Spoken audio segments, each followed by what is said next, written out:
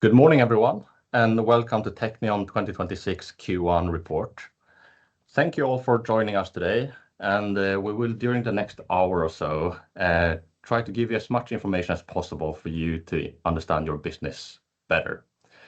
We will, as always, be alternating between the Q&A email questions and the questions that you can ask live, which you can see in the bar in Teams. Before we jump into the Q&A, I would like to say a few words. First of all, I would like to acknowledge that the last couple of years have been challenging for everyone owning Teqnion, mainly for two reasons, financials and lawsuit. So let me just unpack that a little bit to provide you with a little bit more insight of how we think about this and where we are. So starting with the financial results, while we have made a profit and have had positive cash flow for every year since the financial crisis, the levels during the 2024 and 2025 period have, of course, been lower than what we want and what you would expect. During especially 2025, we implemented different strategies. We introduced new processes, systems, and more importantly, we found better operators. And I believe the financial results during the last 3 quarters have reflected those efforts. I would also like to give some insight on the 3 pieces of the business that we have been speaking a little bit about. The acquisition, the part that works, and the part that needs fixing. When it comes to the acquisition, during the first quarter, we have in total added 3 new businesses in the group. We have, during the last year or so, acquired roughly 10 companies, which is a record high. The quantity is, of course, less important. The quality is what matters. And what you have probably seen in the numbers, this group of companies have significantly lifted the average of our group. While we don't give any forecast, I would like to say that the pipeline looks very healthy and maybe better than ever. The part that works, the companies that chugs along and are growing as we want them to, there's really not much to say about them. They're just chugging along, and that's how it should be. Hopefully, you'll hear more about that in the future. And lastly, the part that doesn't work, the part that we don't really like. I'm happy to say that this part has been shrinking and rapidly, and you can probably see the numbers, especially looking at Teqnion, where you see the margins have been expanding significantly. A year ago, Johan, I, and some colleagues, we had to multitask like madmen. Those days are gone. We never want to go back there again. The second challenge that Don't jinx it. Thank you. The second challenge that I would just like to talk a little bit about, the lawsuit in Ireland. We will, of course, continue to follow the directions of the court, which means that we will not be spreading information or lies, as certain other parties might be doing. Our truth can be found in sworn affidavits, verified by data, verified by third parties, and can be read by interested parties in the papers held by the Irish court. Fundamentally, the dispute is between Teqnion AB, Johan, and me, and the vendors of an Irish company that represents roughly 2% of our revenue today.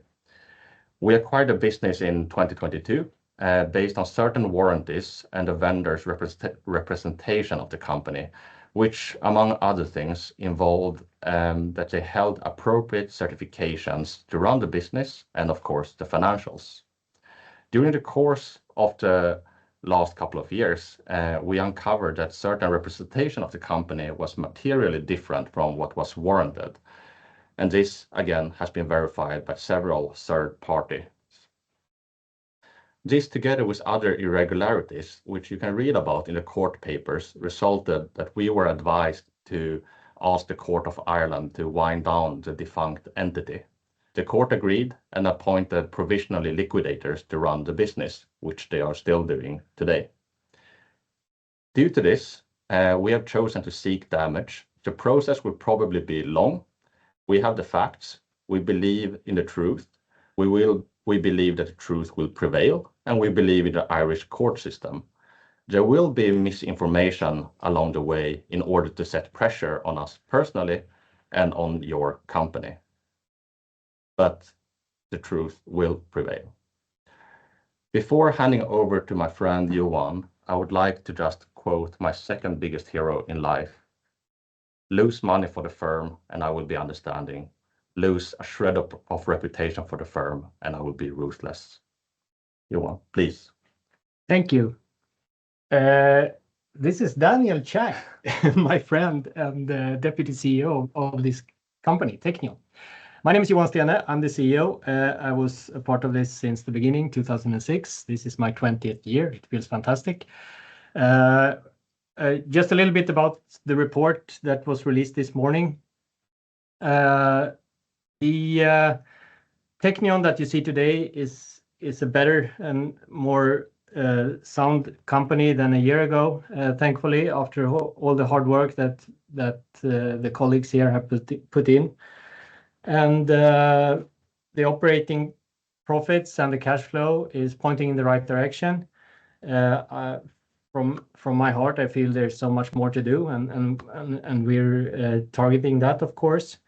We have reorganized the way we have the group now into two different business areas. We have Teqnion Nord and we have Teqnion West. Both entities are performing better than before, and I see it as a fundamental base for sustainable growth and scalability going forward to have us organized in this manner. We have acquisition engine that is performing really well. The main component of that engine stands beside me. But a new thing which is really encouraging and fun is that our companies actually has started to do their own small acquisitions, like bolt-on acquisitions. And that's also a little bit described in the report. They're sort of building small mini groups by themselves. It's fantastic. We also have a new larger credit facility with our bank, which is really, really good. And we feel that we can continue at our acquisition pace as we have informed you before. And we see no way why we should reconsider that pace. Operationally, in the subsidiaries, we've seen no major setbacks this quarter. We haven't seen any exceptionally good things happening either. It's just normal business going on, normal grinding. I also mentioned in the report that the organic sales is down a few percentage, but that is largely by our own design. I would like to say we have willingly stopped doing some bad business, which has been unprofitable. And what we're chasing is, of course, revenue and cash flow, and we see that our strategy is working. Yeah, once again, I feel like we are in the beginning of building something really, really fun and hopefully much, much bigger. So let's jump into the Q&A session. Great. The first question is Christopher that sent this in through email. He writes, does the EPS target really make sense when the FX effect has such a huge impact on the financial items? Your thoughts on that would be appreciated. Yeah, maybe I shouldn't write so much about accounting effects, but now I felt like doing it because it looked strange in the figures.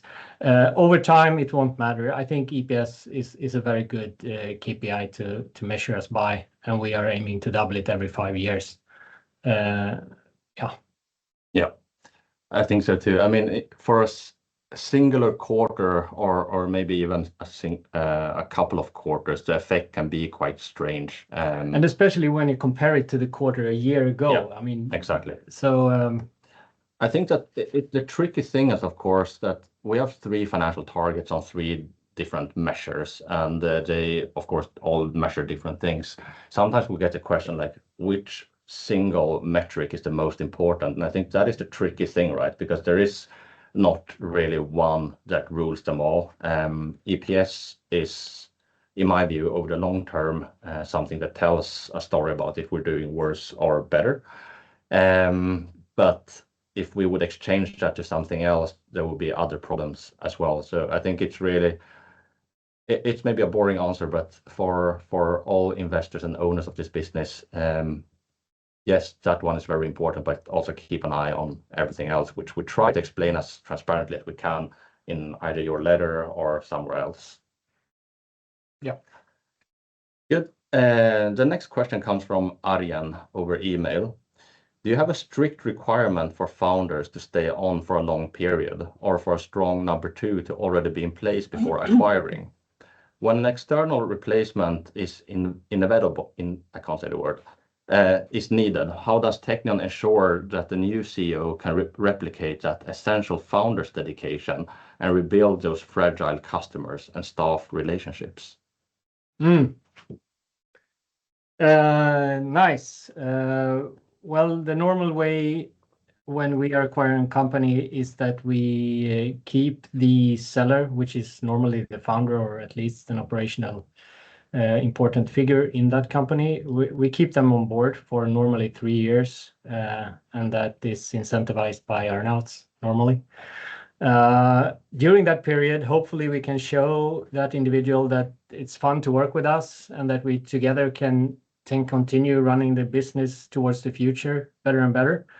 And hopefully that person will stay on for longer and at least in some role in the company, if it's an operative role or if it's on the board or something similar like that. We just love to keep the entrepreneurs or the founders, sellers on board as long as possible, hopefully for the rest of their lives. That's how we see the business we're building. We're in it for the long term, and just keep them as ambassadors and found like a good foundation for culture and reputation. In absolutely the majority of cases, that is the best way. Then we of course understand if some individuals want to retire and do other things in life, at least maybe parts of their family want them for themselves for a while. And then we try to find a way to make that happen. But yeah, so we incentivize them at least during the years that we have the SPA running, and then hopefully we have incentivized them by it's fun to work and build companies, so they will stay on after that as well. And if they stay on as a CEO, for example, of a subsidiary after that, they fall into the normal incentivized program that other CEOs have in this group. Yeah, I think this another way of answering it is maybe that we can't really find people that can replace them and make them better, at least not in the short term. So it's kind of funny when you see maybe some of the discussions that we're having with vendors, because the vendors, for good reason, are sometimes concerned or scared that we might let them go during the period and part ways with their baby, and in that way they wouldn't be able to make all of their earnout, etc. And for us, that is our biggest scare as well. That keeps us up at night. You know, if we buy a company, what happens if someone leaves after 3 months? Because that is really, really difficult for us. So of course, when we look for a company, if the person wants to stay on and is willing to be operational and also have maybe a crown prince, crown princess, or something along those ways, for us, that is worth more. Definitely. And also it's funny that they normally think that they want to retire, and they also have calculated that in the income statement that we have room for hiring someone to replace them, and we say, yeah, but we cannot replace you with one individual. You are not one head, you're several heads. So we have to replace you with several people because you do so many things that you don't think about. Yeah. No, it's a difficult thing. I mean, finding and buying companies is might be tough if you not practice a lot. Daniel has practiced a lot, he's very good at it.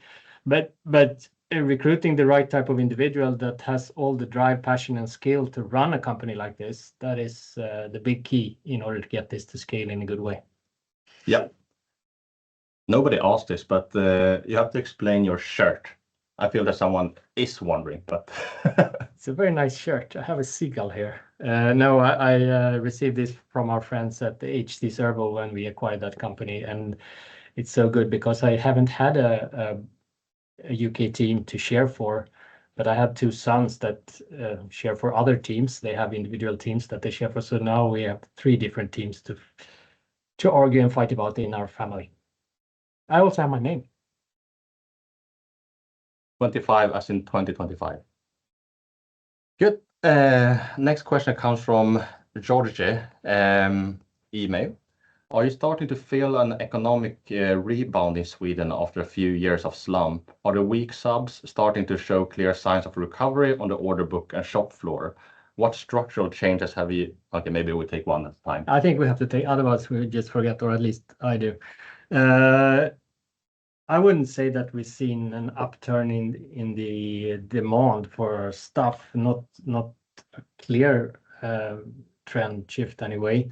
But the big thing that we have managed to do is that we have removed a lot of bad business that reflects in the numbers. And also we sort of found new ways to be more active when in the sales process, seeking new businesses instead of just waiting for them. So simple things that is fundamentally to run a profitable company. We have tried to implement as much in as many places as possible during the last year and continue doing so. But I haven't seen a big change in demand. But of course, you all are familiar with what's happening in the world and what has been happening in the world, and it's very volatile and it's sometimes very fragile, and we have to live in that world. We can't do nothing about it, so we just have to be better than before. Yeah, and I think also every single company that we have bought have been profitable before we bought them, and I mean to different extents, of course. And what you've seen during the last few years, of course, the macro was against us, but as we've been saying a few times already, it's not really that we're blaming, because we know that it's internal reasons why we've had this downturn. We didn't have the systems, processes in place, we didn't have the right operators in place, and we have remedied a lot of that. So this is probably not the right way to say it, but when you screw something up, you can also unscrew it, and that's what you're seeing the last few years. And for the ones that are interested to look at subsidiary annual reports, of course, the numbers are not exactly what we see because the costs are allocated in different ways. But if you look at that and make your own analysis, you would see that certain companies that are in sectors that should have a lot of tailwind have not been doing that well, and certain companies that should be in theory doing worse due to the macro, they're actually doing really great, and that is fully due to how it's been run. Good. Next from Georgia is what structural changes have you implemented on the loss-making subs so as they don't return to the current situation in a few years' time? What other outcomes could be expected after these improvements? You want to start? I love the question. There's no warranties that it can't happen again. You said you can't unscrew it. You can screw it again. We don't plan to do that. But there's always what we're doing is that we're presenting a lot of figures to you 4 times a year, the financials of the operating business that we're trying to run here. Everything is made and done by human beings, and human beings take decisions and make actions or not, and that affects, of course, it ripples down into the financial figures sooner or later. And you can never be certain. What you need to do is that you need to build a strong foundation with regards to how you make up your plans, your strategies, how you process every aspect of running a business, and make sure that you have the right foundations or the right what's it called, the fences that you're not allowed to jump over for each subsidiary. They have the freedom to operate within their fences, and we set the fences for them, and that is by ownership directives.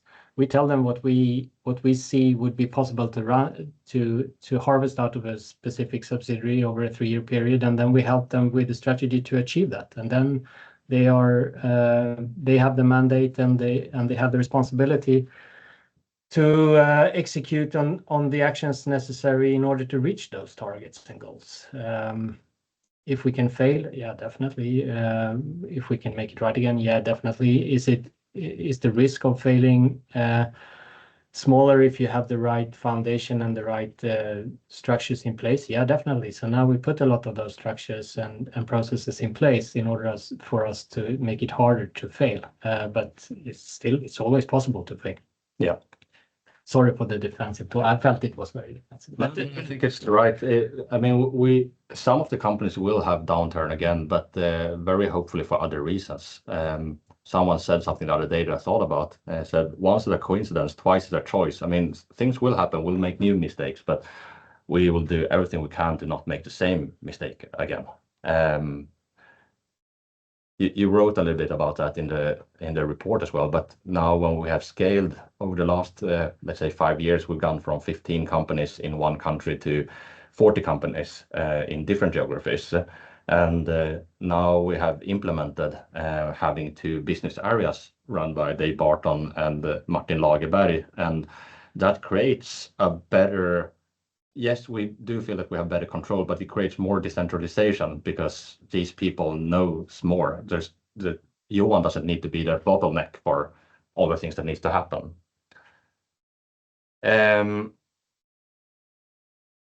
Another question here is that how does the measures compare to the measures implemented to the mid-high margin subs? It's an interesting question, and it differs a lot. To make it short and simplified, I mean, if the companies are performing roughly in line with what we together believe it should, and we together think that we're doing the right things, the CEO are doing the right things. Sometimes the financials can be bad, but if the CEO are doing the right things and we don't have any better ideas, then we're just going that direction. But what Johan and I spoke about was basically, what do we do? How can we help the turnaround companies? For the ones that are, let's say, mid-high margins, they usually have the drive and to do things on their own and just be better. We don't come in and say, now you have to do this, now you have to do that. We spread ideas. Some of the ideas stick, some of the ideas are good, some of the ideas are bad. Some of the ideas you have to spread many times. Yes, exactly. And we don't, for the ones that are performing, then it's really decentralized. We don't force ideas upon people. There are absolutely ideas here in Solna that we feel that, why can't this sub do this? But in order to keep the spirit of decentralization and the ownership of the business, we don't do that. We have this sourcing office that's just as an example. A lot of our companies could do more through that. But we don't force that upon them. We want them to feel that they want it. Let's take a live Q&A question. We have Prakal Goyal, who is writing, a tax rate was notably high this quarter. Could you explain the main reason for the tax rate? Based on the current geographic mix, what should investors assume as a reasonable steady state tax going forward? I think. I mean, please correct me if I'm wrong, but the company tax is approximately 20% in Sweden. It's 25% in the UK. Yep. So there you have it. Then you can look at how much earnings we get from the different business area and do your calculation. But just to try to answer the question really rough is that if you look at where we pay the taxes, we pay the majority of the taxes in the subsidiaries, and the tax authorities looks at how much earnings that company has. And we have had more or less double the earnings than the comparable quarter, which means that we paid comparably double the taxes. That's how I see the answer to that question. Yeah. Good. Then we have a technical question here from Prakal as well. He's writing, on the P&L, I understand that part of the FX volatility showing up in the financial income, but the interest income expenses have also increased sharply year on year, 4x, despite only a moderate increase in debt. Could you break down what is included for this quarter? And I think just to keep it quite short, don't want to do a accounting lesson. I'm not qualified for that either. But when we have a positive FX effect, it lands in the financial income. And when we have a negative financial effect, it lands in the financial expense. The other financial costs are the interest on our different loans. But you also have earn-out discounting effect. So there are a few different things at play, which Johan and I spoke about this earlier. I think that if we have made up the accounting rules, it would look different. Maybe not better, but it would look different because you have some effects here that are this discounting on earnouts. That is not a real cost. But basically, when we have earnouts, we have to discount that back to present value, and that adds a fictional cost to it. So when we buy companies that have more earnouts, that one goes up because IFRS. Next question from Prakal. Margins have remained very strong for the last three quarters, even though organic growth has been weak, helped in part by mix and stronger profitability in the UK businesses. If margins remain at these levels next quarter as well, the comparison base will become harder unless organic growth improves meaningfully. How are you thinking about the balance between sustaining margin and reaccelerating organic growth over the next few quarters? Relevant question. Just to lay out the foundation, we are chasing organically earnings growth. That's what we're chasing, which normally means that we also have to increase revenue growth, but not on the cost of losing the margins. So we are in a process of increasing sales and increasing margins, and that's our target.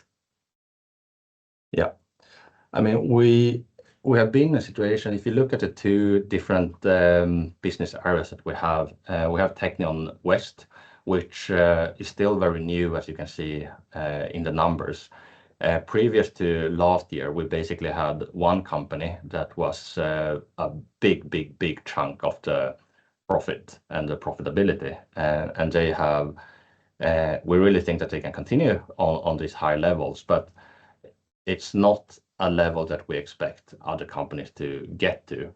If you look at other serial acquirers, if you are performing at, let's call it 20% EBITDA, 25 or something like that, it's close to best in class.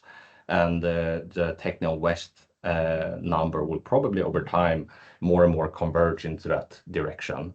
If you look at Teqnion Nord, it's a little bit of a different story for two reasons. One, the business quality, the mix of the companies, it's a little bit of a lower quality due to legacy reasons.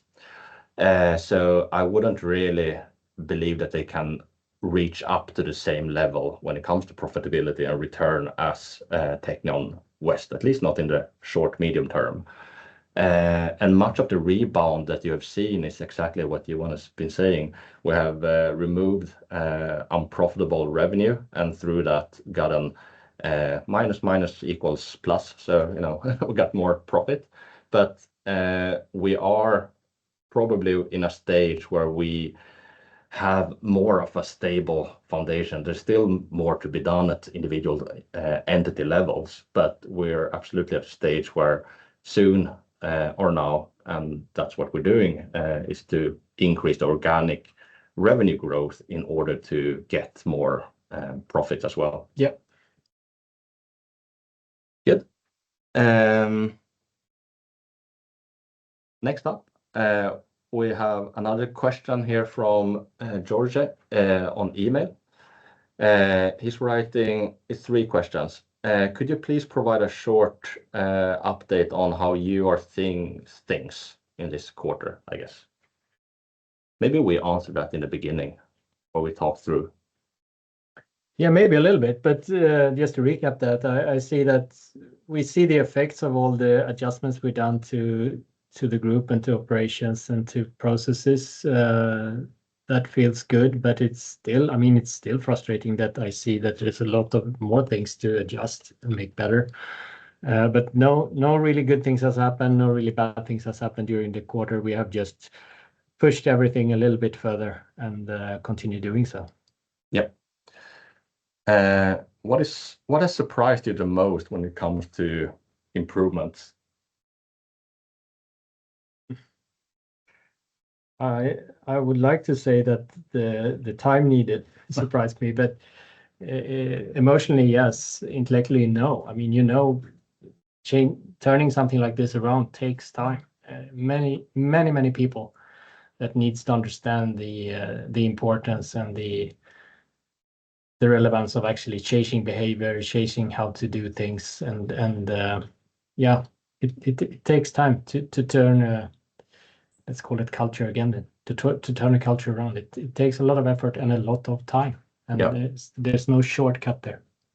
And I think also just to provide some context, even though of course most people know this, on starting maybe on the cost side, there is a significant lag of costs when it comes to Sweden, but also to a very high extent to the UK.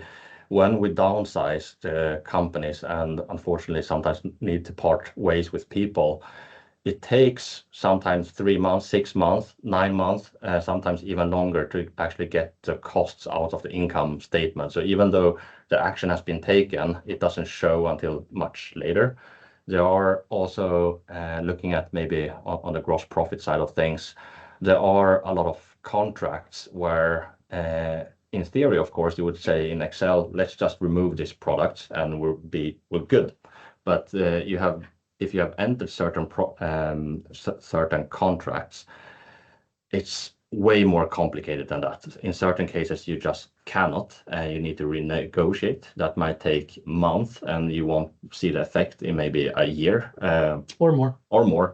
And in certain cases, you're just stuck with that, which is of course unfortunate. But there is a natural stickiness in our group, maybe not in every single subsidiary, but there is a natural stickiness, and that goes in both directions. Exactly. Which is also why before 2024, there were things that we felt that we were doing in the subsidiaries which were not great, but the numbers still ticking up. And yeah, so we just have to ensure that we move in the right direction all the time, and the financials will follow. What brings you happiness when thinking about Teqnion's future?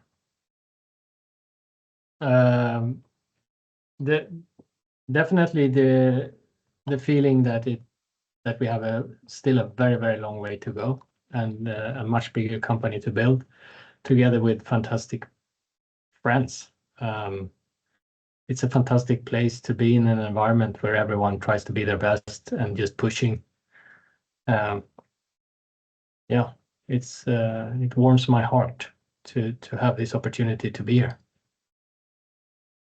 I think for me, I would say exactly the same thing, but also for the last couple of years, it has felt that we needed to focus a lot on fixing things and getting back to some kind of normality. And while it is, when you see the fruit of that, yes, it makes us happy, but it's not, at least for me personality-wise, getting back to where you are is not what drives me. Winning drives me. Getting back to where you are is just back to the starting point. And hopefully there's big adventures ahead. Yeah. I mean, we are in two geographies now. I mean, hopefully we will be in many more in a few years. Yeah. And since yesterday we have Belfast. Yeah, right. Yeah, but I mean, there's so much possibilities and there's so much adventure ahead of us, and I'm just looking forward to that journey. Yeah. We have a question here on email from KP. Regarding the discontinued operations, could you please provide some further insight? Specifically, do these represent entire subsidiaries or only specific parts of those companies? Additionally, if this is a sector-specific issue, should we be concerned about our exposure to other companies within the same sector? Well, we have closed a couple of subsidiaries that was reported last year. But we have also, of course, stop doing businesses in other subsidiaries that are still there and where they have a foundation that we believe in will be stronger in the future, but where they have some part of the business that needed to be exited.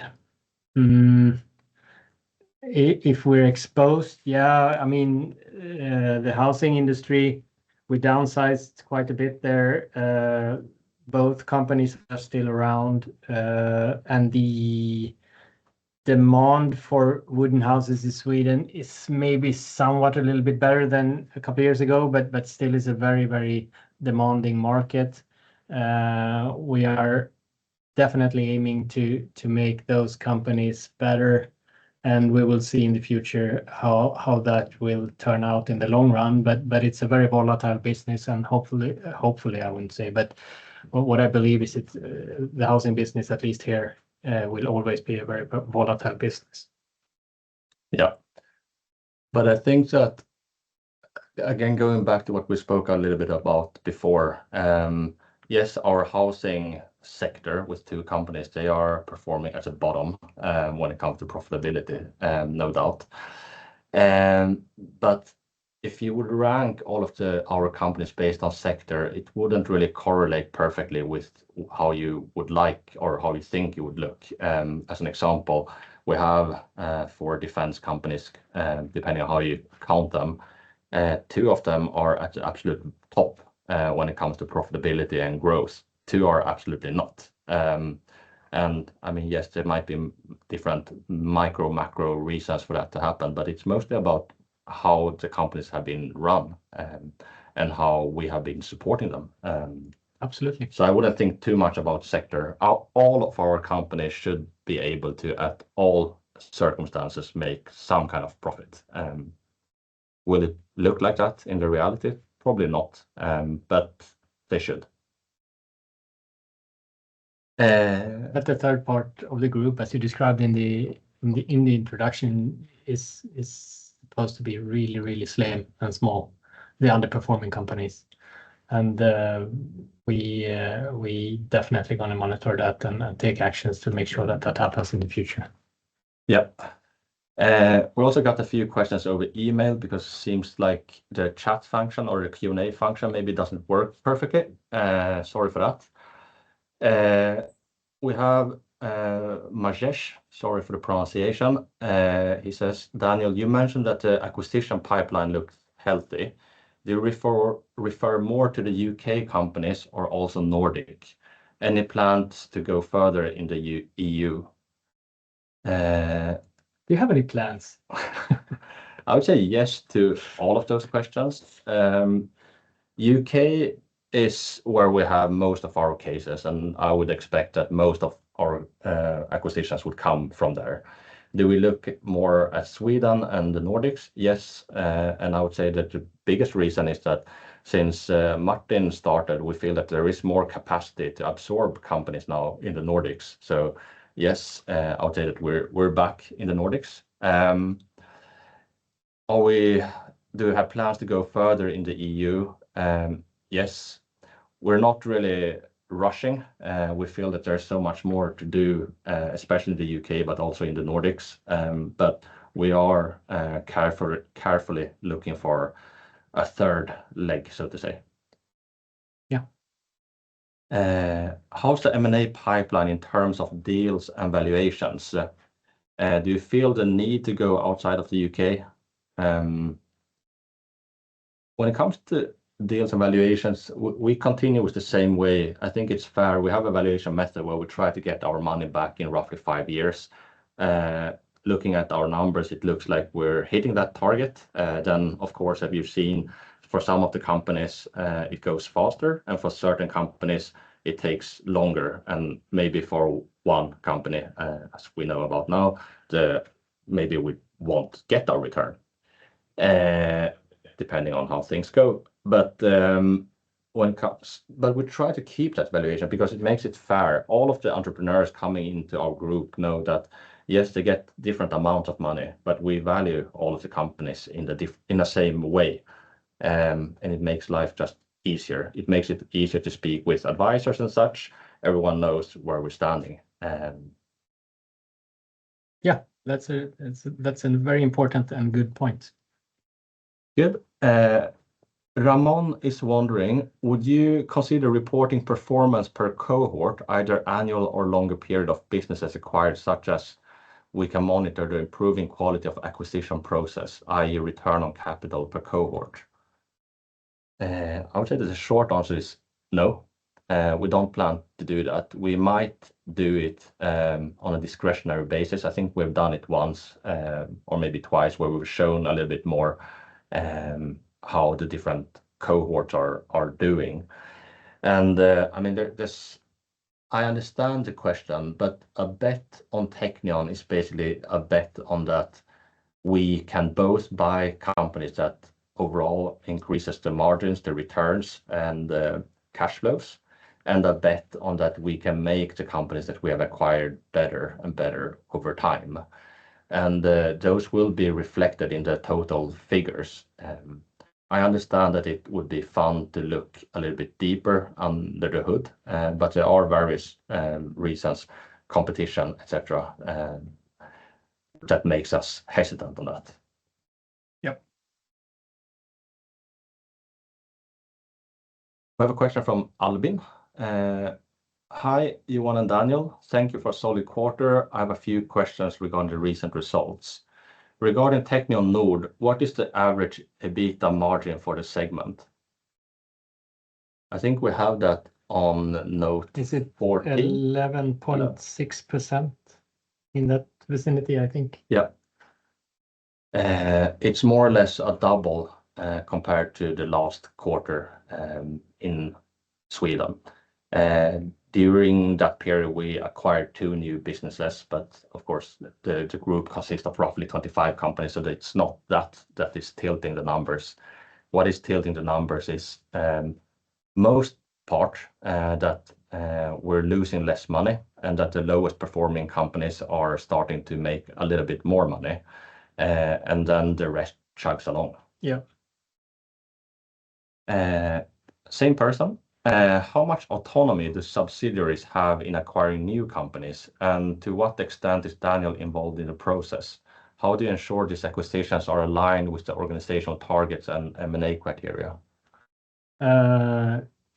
Short answer is they are not allowed to do any acquisitions without our knowledge or without our approval, which means that Daniel and others are involved in evaluating the project and normally also helping along the way. Yeah. It's we will hopefully one day get to a situation where certain subsidiaries or maybe business unit leaders or whatever we will call them can do smaller ones, and then we sign off from Solna. But at the moment, the difference is basically that if we take the compressed air group, we have a very, very good CEO, entrepreneur, vendor of Avelair, Dave, who is running that. And together with him, we have identified certain companies that would be fun and great to have in the group. And then, of course, it's much easier to run the due diligence because he's been in the business for decades. He knows the market, he knows the suppliers, he knows the reputation of companies, and he have more of the direct contact with the vendors, while I do more of the less fun administrative pieces. What have been your primary lessons following the headwinds from the lawsuit and the organizational changes of the past? I think it's 2 different questions. Yeah, definitely. I mean, I think we covered most of it. I don't really know how to answer it in any other way. One thing, it's not maybe a lesson or a surprise, but it's interesting to talk about when we have subsidiaries, and if you see the subsidiary as a house, in certain loss-making companies, you just feel that there is so much negative things happening, and it's like having a house where it's just leaking from different places in the roof, and you try to do everything you can. You try to help out and put duct tape on some place. You try to exchange the roof on some other places, but it just leaks in new places, and you kind of feel that life is unfair and you're so unlucky. in certain situations, because you asked about the organization challenges, you changed, I was going to say the janitor, but the knight of the house, the owner of the house, the CEO of the house, and suddenly, it just stops raining. There is just no dripping anymore, and everything gets fixed. It's not a new lesson, but it's one that is interesting to ponder upon and remember. I think we can talk about this for a very long time. I mean, okay, your housing analogy, but also it's like a relationship, right? Because it's human beings, coming back to that all the time, and emotions. Something learned from the lawsuit. Yeah, you get emotional because you feel that someone is hacking away on your legacy, right? And that affects me. I can be truly honest with that. I've been doing this for a very, very long time, and I would hopefully do it for much longer. And the reputation and legacy is something that I'm very proud of. Same thing goes with subsidiaries that don't perform in a way that should be possible. I mean, it's a culture that needs to be fixed. It's human beings, the relationship between those human beings that needs to be better in order to get things to run smoothly. Every business is made between two individuals, at least the businesses that we're performing, and that is built on trust and relationships, and that's a very, very important asset. And that's something that we try to constantly build on and protect. Yeah. One interesting concept, I was speaking with Moritz Stilte, who, as you know, if the shareholders at the AGM chooses to, will become one of our board members.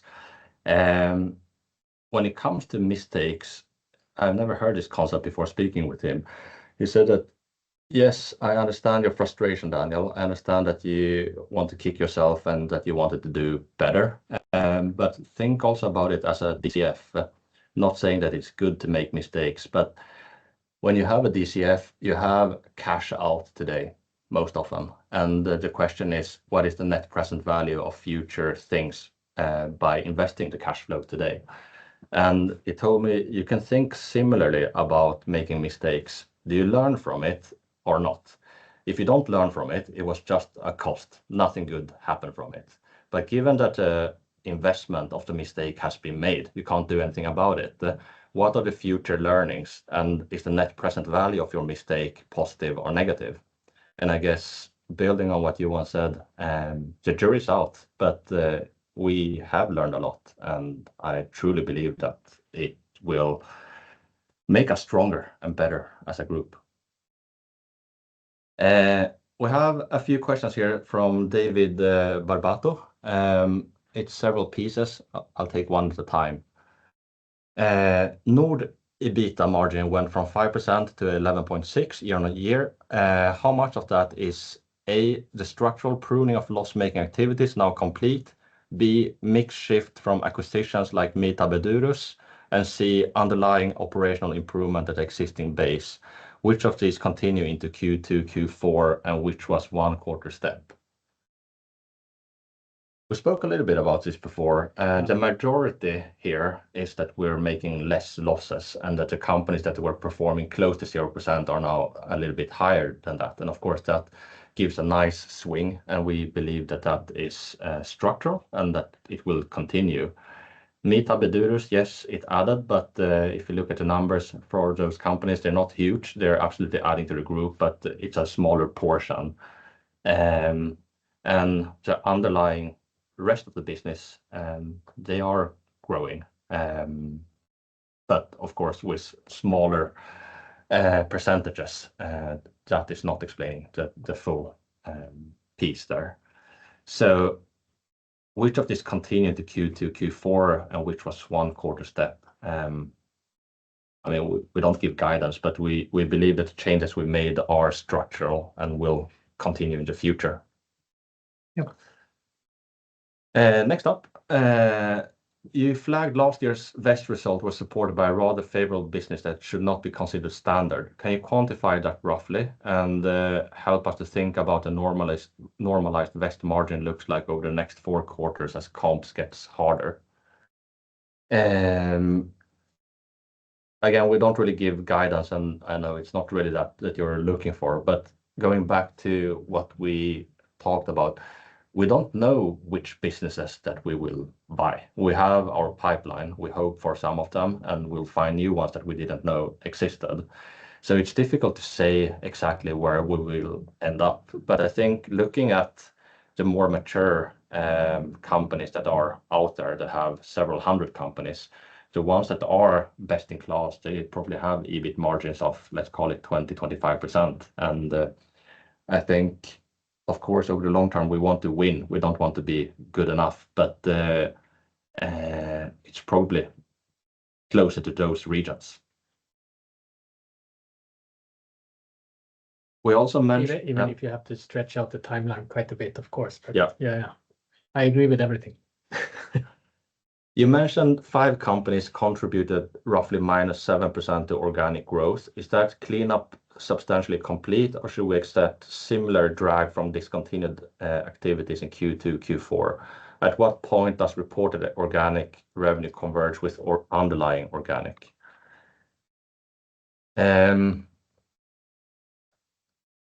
Yeah, you know that we don't talk about quarters. And is the pruning complete? I don't think that complete is a word that really exists in our vocabulary. I mean, there's always more to be done. Of course, you get to an intersection where there is less to prune and more to grow, and then you get net positive instead. Are we at that point?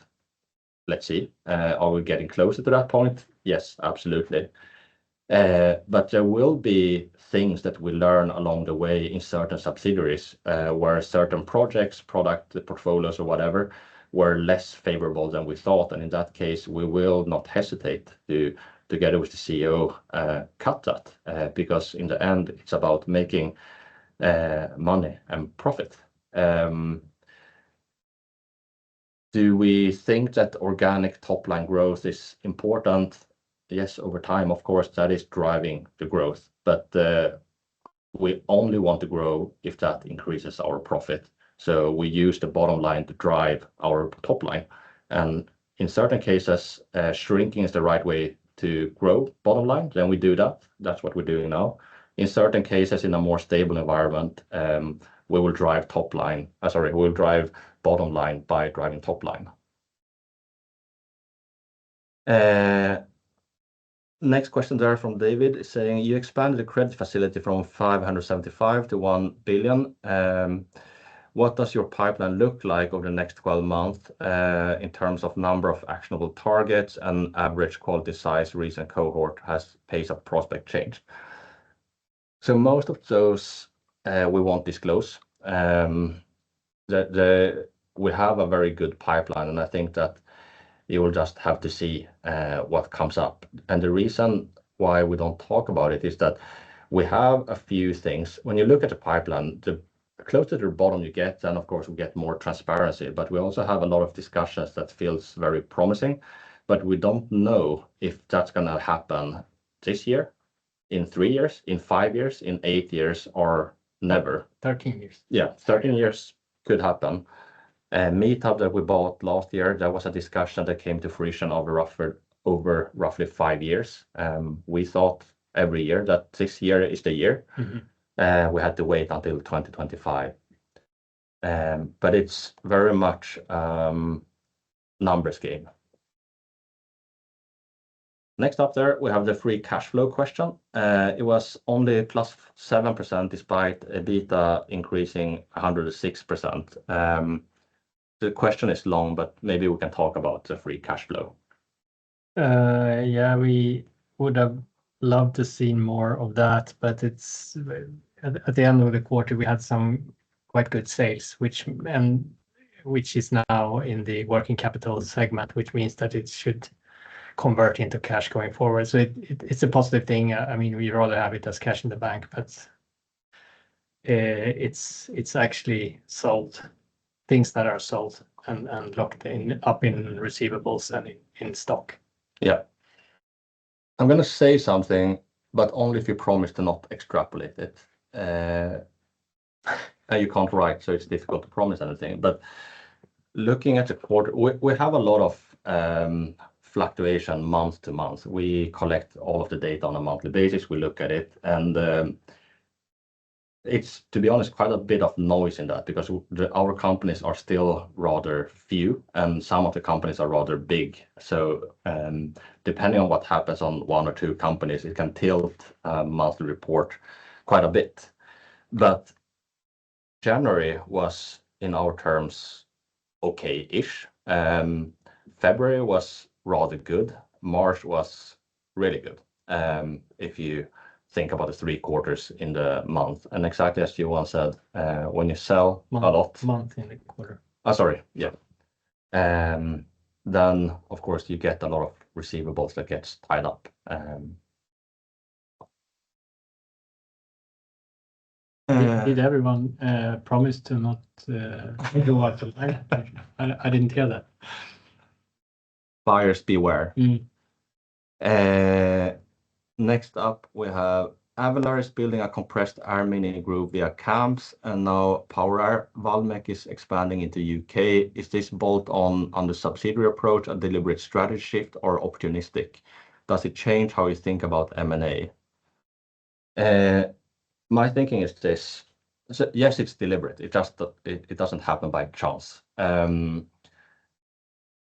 If you look at the theory of things, Teqnion as a business model, we want to be sector agnostic. It means that we're in different niches. It means that if we do our jobs right, then the company would be doing well in all different economical circumstances and all different strange shocks that the world can get.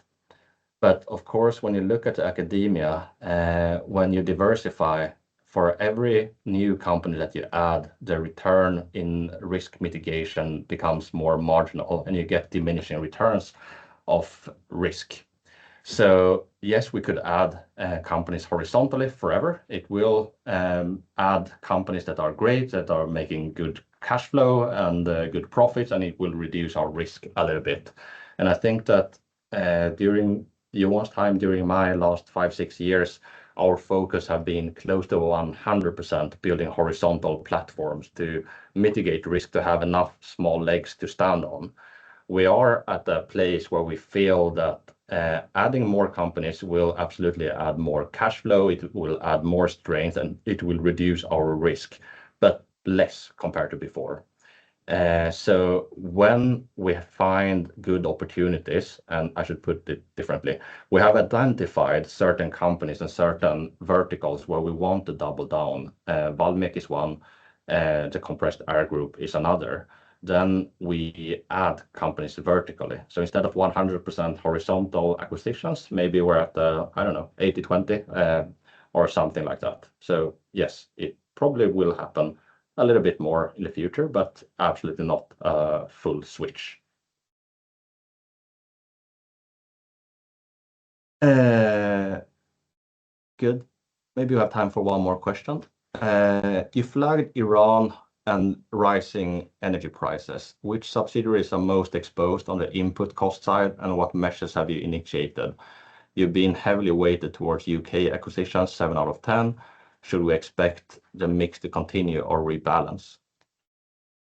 At least 2 questions. Yeah. But regarding the war with Iran, we just took it up as a potential risk, and I mean it's not specific to Teqnion or to Teqnion companies. It's just that it's the energy prices and the limitation of accessible crude oil in the world is less, which means that it's going to drive inflation, which means that we have to take measures, and the measures is of course to increase prices and not be the last in the line when people start doing that. Yeah. We try to encourage all of the companies to, of course, push out prices as much as they can to the customers when possible. Many of them have pricing power and can do that. And then, of course, in the other direction towards suppliers as well. But looking at the macro view, looking only at Teqnion and not what's happening in the world, we have certain companies that will be affected in a negative way, of course. But we also have companies that will be affected in the other direction. As mentioned, we have a few defense companies, and of course, more turbulence in the world, more uncertainty, fortunately, unfortunately, will increase the demand for their products. We have companies we have one company that is within Meridale, which are making cost-saving solutions for diesel. When oil prices are up, demand goes up because you can save more. So again, if we do our jobs right on the portfolio side, the external shock of what's happening in Iran might not be that big. All right. It's 11:08 in Sweden, which means that it's lunchtime at Solna. You want to end with some closing remarks? I would like to thank you all very much for taking part in this Q&A session, and hopefully we see each other again in July. Or in the afternoon, if you come to our AGM. Yeah, we have AGM tonight, this afternoon. Yeah, correct. See you there, or the next time on Teams will probably be in July when we release the Q2 report. Thank you very much for today. Thank you. Bye-bye.